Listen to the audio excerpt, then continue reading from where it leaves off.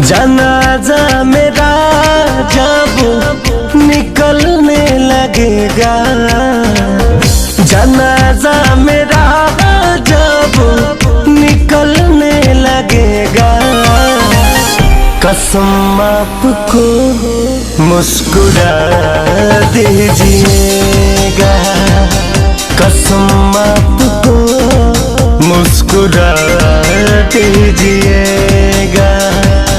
जनाजा मेरा जब निकलने लगेगा, जनाजा मेरा जब निकलने लगेगा, कसम आपको मुस्कुरा दीजिएगा।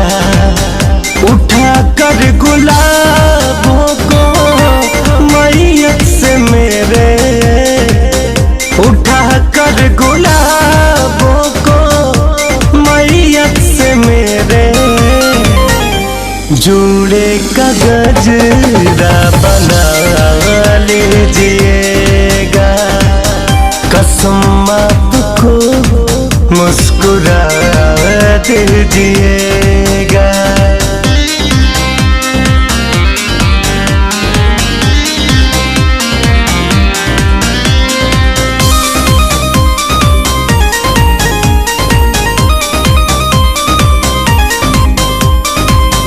मरने के बाद भी मेरी आंखें खुली रहेंगी, मरने के बाद भी मेरी आंखें खुली रहेंगी, क्योंकि इन्हें आदत जो पड़ गई है तेरे इंतजार की। कैसे मैं बेवफा कह दूं तुझे, दुनिया की बातों का यकीन ना मुझे,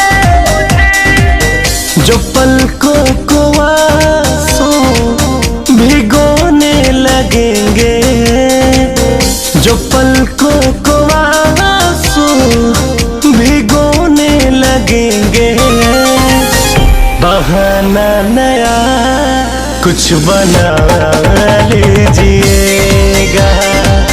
जनाजा मेरा जब निकलने लगेगा, कसम आपको मुस्कुरा दीजिएगा।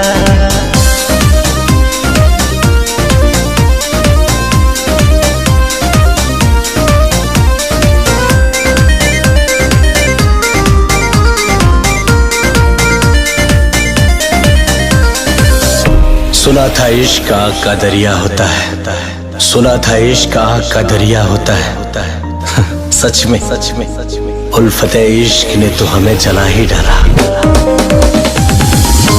हद से भी आगे गुजर ही गए, मोहब्बत में तेरे हम मर ही गए, जलाने की बारी जो आएगी मुझको, जलाने की बारी जो आएगी मुझको, हाथों से अपने जला दीजिएगा। जनाजा मेरा जब निकलने लगेगा, कसम आपको मुस्कुरा दीजिएगा। जनाजा मेरा जब निकलने लगेगा, जनाजा मेरा जब निकलने लगेगा, कसम आपको मुस्कुरा दीजिएगा। उठा कर गुलाबों को मैयत से मेरे, उठा कर गुलाबों को मैयत से मेरे, जोड़े का गजरा